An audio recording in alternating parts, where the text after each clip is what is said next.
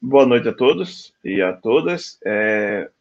Vamos dar continuidade à nossa terceira parte em relação ao tratamento de estatística de dados utilizando a plataforma Excel. E aí vamos observar um outro aspecto que foi feito, que foi estudado em sala, em relação aos testes estatísticos. Bem, então, vamos lá. A gente bem sabe que, dependendo da natureza dos dados, da distribuição dos dados e como os dados estão distribuídos na natureza, a gente pode ter uma classificação prática entre uma distribuição amostral e uma distribuição populacional. E aí, já mencionado no vídeo anterior, a gente já observou que essa estimativa relacionada ao cálculo relacionado à distribuição de dados e aos testes estatísticos depende dessa natureza. E aí a gente estimou que a partir de acima de 30 valores, de 30 medidas, eu tinha a possibilidade de classificar esse conjunto de dados como um conjunto de dados populacionais. E aí, para isso, se o meu conjunto de dados ele pode ser classificado como um conjunto de natureza populacional, eu tenho testes específicos para esse conjunto de dados. A gente trabalha com a escala Z, né, normal, ou normal padronizada, ou simplesmente teste Z, que nada mais é do que a interconversão de dados amostrais, ou dados, cada dado, de um conjunto populacional, em relação à sua média populacional e o padrão populacional. A partir desses dados, você pode observar, dependendo do que você queira inferir sobre a natureza dos dados, você pode utilizar essa padronização aqui. Uma outra forma de você calcular e de você utilizar dados populacionais é estimar o intervalo de confiança desses dados. E a expressão nada mais é do que você trabalhar dessa forma, utilizando termos como o Z, tabelado, o ZTAB, e o desvio padrão populacional do meu conjunto amostral, do meu conjunto populacional. Além disso, eu posso fazer inferências da distribuição das variâncias desse conjunto de dados. E aí fazer o teste F, que nada mais é do que verificar se há diferenças estatisticamente significativas entre dois conjuntos de dados populacionais a partir da estimativa do valor de F, comparativamente a um valor tabelado. E, além disso, você pode também suavizar o seu conjunto de dados e ter uma estimativa mais precisa da distribuição do desvio padrão populacional a partir do erro padrão da média. E aí você pega o desvio padrão populacional e divide pela raiz quadrada do número de medidas.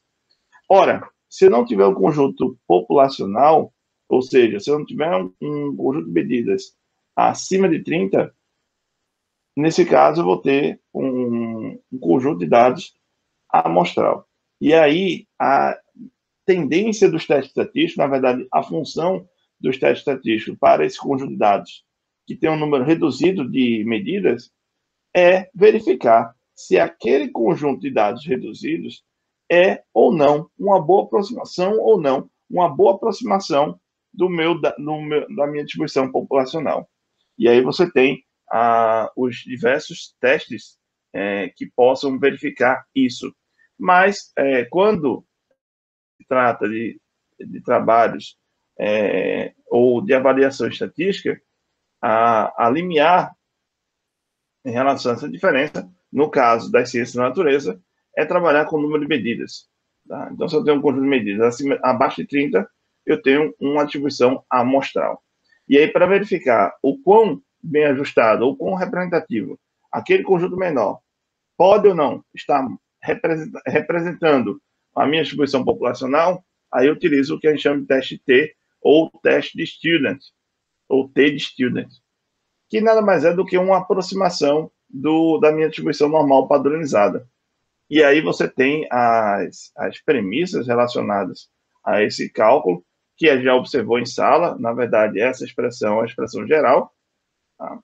E aí, analogamente, eu tenho também o cálculo do intervalo de confiança, utilizando dados amostrais, Também o teste F, utilizando variâncias amostrais, e também o erro padrão da média, utilizando o desvio padrão amostral. Da mesma forma, eu tenho a variância conjunta, que é uma forma de você, a partir do teste F, fazendo a verificação se há diferenças ou não, estatisticamente significativas, dentro daquele intervalo, daquela confiabilidade dos dados, entre as variâncias dos grupos que eu esteja comparando. Se não há diferenças estatisticamente significativas, eu posso considerar que não há distinção entre eles, e eu posso considerar esses dados, essas variâncias, esse conjunto de dados que a gente chama de homocedásticos, ou simplesmente as variâncias não possuem diferenças estatisticamente significativas entre os meus conjuntos de dados. E aí eu tenho que, como não há diferenças entre eles, eu posso representar de um fator único entre eles, que é o que a gente chama de variância conjunta, que nada mais é do que leva em consideração os graus de liberdade de cada conjunto de dados. Na verdade, isso aqui, analogamente, é uma média aritmética ponderada das variâncias, e aí eu tenho uma estimativa da variância conjunta, e, por conseguinte, se tem uma raiz quadrada desse valor, eu tenho o desvio padrão conjunto. Mas isso só é possível se o meu conjunto de dados ele for homocedásticos. Se ele for heterocedástico, ou seja, se houver diferenças estatisticamente significativas entre as variâncias, então eu não posso utilizar essa aproximação, e aí eu vou utilizar a expressão original ou completa, certo? Então, nesse caso, a diferença básica entre eles aqui é essa. Aqui são dados heterocedásticos e aqui está associado a um dado homocedástico. E aí a ideia do teste T, ele pode ser utilizado tanto para o cálculo do intervalo de confiança, quanto para a comparação de um conjunto, um valor médio em relação ao valor padrão, ou simplesmente a diferença entre duas médias. Também eu posso utilizar um teste T para comparação de métodos. Isso tudo a gente já observou em sala. Mas aí, olhando para o meu conjunto de dados, o que eu posso utilizar da minha ferramenta Excel para fins de cálculos estatísticos? Praticamente tudo. Tá? Então, eu posso utilizar, e eu vou mostrar para vocês, a partir de agora, como utilizar essas ferramentas da melhor maneira possível.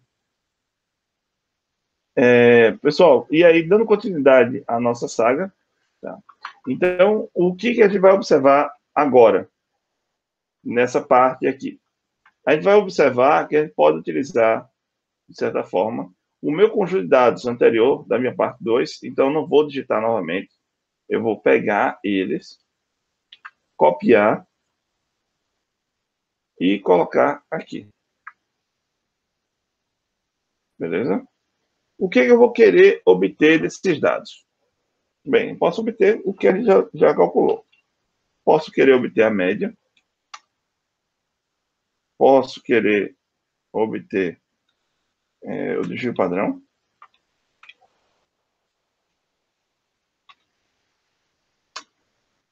Eu posso também obter o valor de N, ou seja, a quantidade de medidas.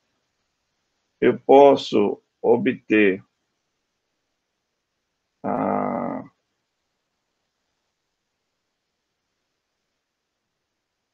variância. E eu posso obter o intervalo de confiança. Desculpa. Grau de liberdade.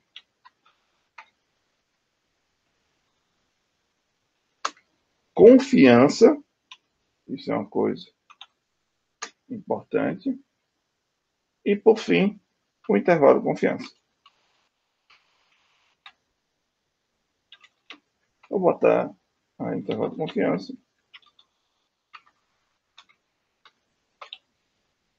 Nesse caso aí. Olha, eu estava observando, eu observei dessa forma. Tá. Então, o que eu posso e o que eu vou fazer? Vou fazer aquilo que a gente já fez no vídeo anterior. Calcular a média, meu conjunto de dados, desvio padrão, Lembrando que é desvio padrão amostral. Então, sigo utilizando o número de medidas. Conte. Não,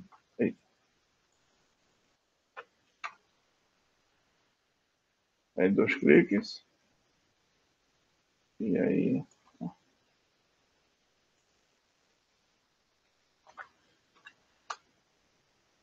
Deixa eu trocar aqui, tá? Só para fins de organização. Grau de liberdade nada mais é do que o número de medidas menos 1. A variância, eu posso calcular de várias formas, mas eu vou utilizar a expressão completa. Variação.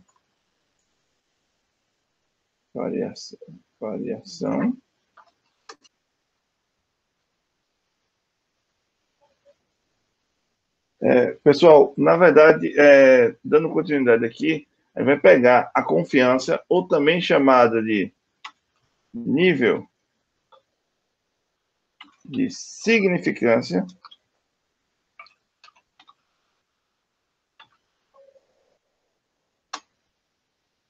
certo? Que, nos nossos casos, a gente sempre trabalhou com nível de significância de 95%. E aí a gente vai utilizar essa premissa. 0,95. Certo? Isso aí a gente vai entender daqui a pouco. Uma outra coisa que eu esqueci de colocar, de mencionar para vocês, é sempre o que a gente vai trabalhar, em muitos momentos, é o t-tabelado. O t-tab.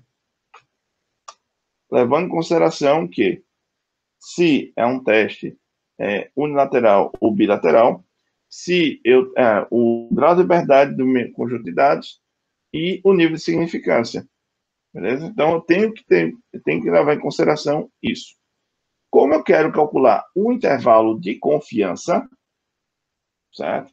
Então, a expressão do intervalo de confiança é essa daqui, ó. O intervalo de confiança é o valor médio, mais ou menos o t tabelado, vezes o desvio padrão, dividido por raiz de n. Essa é a minha expressão. Da minha expressão, como eu quero calcular o intervalo de confiança, o que eu posso fazer? Eu posso fazer isso aqui, ou simplesmente eu posso pegar o cálculo dessa parte e adicionar o mais ou menos aqui. Beleza? Levando em consideração todas as premissas relacionadas ao cálculo do intervalo de confiança. E aí, o que eu preciso ter, de fato? Eu preciso tentar estimar esse valor de t tabelado para o nível de significância e tudo mais. Como é que eu faço isso no Excel? Para obter esses dados do banco de dados do Excel, eu tenho que ter um comando. E o comando é igual, inicia sempre com igual, INV, ou seja, a função inversa. E aí, dentro da minha função inversa, eu tenho várias. Tenho teste beta, binomial, CD, que no caso é cauda à direita, o INVF é a cauda à esquerda, o gama, log normal, enfim. O que eu quero é o teste T. E aí, o teste T, semelhante ao teste F, ele tem dois comandos. Ele tem o invt e o invtbc. Esse outro, tá? Esse aqui são do Excel, o Excel versão antiga. Mas o que interessa são esses dois aqui. Ora, eu tenho o Excel, como a calculadora, ela não vai fazer todo o seu trabalho. Ela vai apenas facilitar a sua função. Mas ela não vai não vai dar a resposta pronta ao meu problema. É você que vai ter que ter o discernimento e o conhecimento acerca dos testes estatísticos e das suas peculiaridades. Mas tudo isso a gente foi visto em sala de aula, tá? Presencialmente. E aí, uma coisa que a gente observou é que, como no intervalo de confiança eu só quero estimar os valores que estão distribuídos abaixo do valor médio e acima do valor médio, eu não quero saber aqueles que são apenas abaixo ou apenas acima. Então, leve em consideração essas duas possibilidades. E nesse caso, todo teste, ou todo intervalo, todo cálculo de intervalo de confiança, ele leva em consideração um teste bicaudal, ou bilateral. E aí, para efeitos de cálculo, de obtenção de t tabelado, eu vou utilizar esse aqui. E aí, ó, quando você dá 2 cliques, ele aparece a probabilidade. Ele quer saber qual é a probabilidade do meu cálculo. Ora, a gente observou que a probabilidade não é mais do que o valor de alfa. Ora, se eu tenho uma confiança, um nível de significância de 95%, qual é a chance de erro do meu conjunto de dados? 5%. Independente se é unilateral ou bilateral. Se eu tenho uma confiança de 5%, eu tenho uma área total de 5% chance de erro do meu teste. Então, a probabilidade é a probabilidade total, que no caso seria 100%, menos o nível de significância do meu sistema. Beleza? Nesse caso aí, o percentual, o nível de significância não está em percentual, está em número. Da mesma forma, a probabilidade ela é representada por número. Então, como é que eu faço para obter o alfa? Ora, eu posso digitar ou simplesmente pegar 1 menos o meu nível de significância. E aí fazer esse cálculo, automaticamente o Excel ele vai entender. Como eu digitei a minha codificação correta, observe que saiu do negrito para a fonte normal, significando que a codificação ali foi computada, foi adicionada corretamente. Quais são os graus de liberdade desse teste? Ora, o grau de liberdade eu sei, é o número de medidas menos 1. Eu já tinha calculado aqui. Então, só Ctrl, clicar aqui. Beleza? Até então, fecha parênteses. Dei um Enter. Ora, esse é o valor de t tabelado. A gente pode calcular isso e ir lá na tabelinha que eu mostrei para vocês, bilateral, 95% de confiança, e a tabelinha vai mostrar com grau de liberdade igual a 5, esse valorzinho aqui tabelado. Então, toda aquela informação, toda aquela tabela está embutida aqui. Só basta saber computar ou chamar essa informação. Então, o cálculo de intervalo de confiança, ele leva em consideração o t tabelado, o desvio padrão, dividido por raiz de n. O valor médio eu já tenho aqui. Por que isso é importante fazer separado? Ora, lembra que essa partezinha aqui do meu cálculo nada mais é do que a estimativa da minha incerteza. E a gente observou em sala que a incerteza de um conjunto de dados ele só deve ser representado por um único algarismo significativo. E esse algarismo significativo, essa quantidade de algarismos significativos, ela vai definir a quantidade de algarismos significativos totais do meu valor médio. Sacou? Então, logo, eu preciso fazer isso de forma separada. Então, eu vou calcular isso aqui e depois fazer as devidas aproximações. Então, o que eu vou observar para fazer o cálculo? Eu vou ter que chamar. Eu vou chamar igual. Eu vou pegar o t tabelado, que é essa célula aqui, certo? Vezes o meu desvio padrão. O meu desvio padrão está aqui. Isso tudo dividido por raiz de n, tá? N está aqui, ó. Ah, professor, eu já observei que o senhor não gosta muito de trabalhar com parênteses. Bem, eu poderia abrir parênteses aqui e abrir um outro parênteses aqui embaixo, 2 parênteses. Mas isso não vai interferir. Nesse aspecto aí, não vai interferir no meu cálculo. Se for interferir, aí você abre vários parênteses e leva em consideração todo o que a gente está observando a partir de então. Feito isso, dou Enter, obtenho o meu valor do intervalo de confiança. Como é que eu sei a quantidade de algarismos significativos aqui? Eu tenho que ter 1. Aquelas regras de aproximações, a gente pode aplicar sem problema nenhum, mas eu tenho a ferramenta Excel para facilitar a minha vida. o algarismo significativo que vem para cá, eu já sei que vai dar 0,4. Mas se eu diminuir aqui, ó, vai dar 0,4. Então, para ter um algarismo significativo, a minha casa decimal é a primeira apenas. Então, para fins de cálculo, o que eu preciso observar? Eu vou...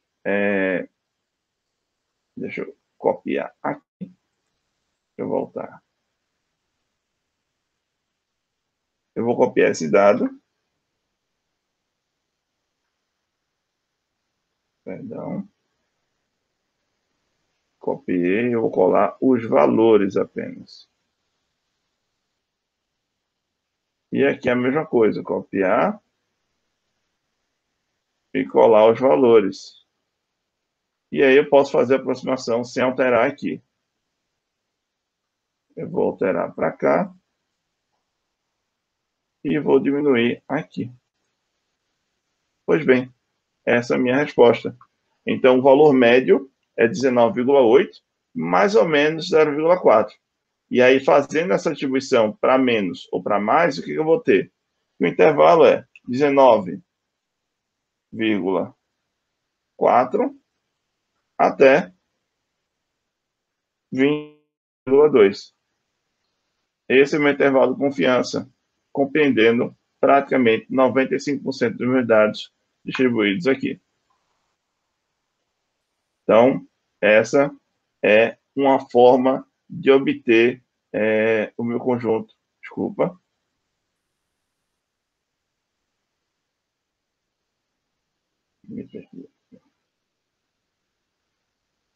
Então, essa é a forma de você utilizar a planilha do Excel para calcular o intervalo de confiança de qualquer conjunto de dados. Beleza? No próximo vídeo, eu vou mostrar uma outra ferramenta apenas para complementar essa parte de cálculos estatísticos, obtendo essas informações. Pessoal, dando continuidade, apenas para finalizar essa parte, utilizando testes estatísticos, a gente observa, independente do meu conjunto de dados, se é um conjunto de dados de natureza populacional ou amostral, a gente observa que a gente tem que responder a uma determinada pergunta. E isso vai depender da natureza dos dados e do que você quer extrair daquele conjunto de dados, daquele problema a ser solucionado utilizando as ferramentas estatísticas. Então, para fazer qualquer cálculo estatístico, a gente tem ferramentas de análise incluídas no Excel, que podem estar ativas ou normalmente elas não estão ativas. E aí você precisa ativar para obter essas informações de alguma forma. E aí, para você obter isso, essas informações, o que eu preciso ter? Eu vou lá no menu Arquivo e vou no menu Opções, vai abrir uma janela, e essa janela, ela mostra o que você quer expor na minha planilha, tamanho de fonte, do menu, enfim. O que eu quero é na parte de suplementos, certo? E aí eu vou clicar aqui, ó. Esses suplementos, como o próprio nome já diz, ela não é uma barra ativa automaticamente, mas se você precisar, você pode ativar. Não somente elas, mas o Power Map, o Solver, enfim, são várias ferramentas incluídas no algoritmo do Excel, mas elas não são ativadas de cara. Você precisa depender das suas informações.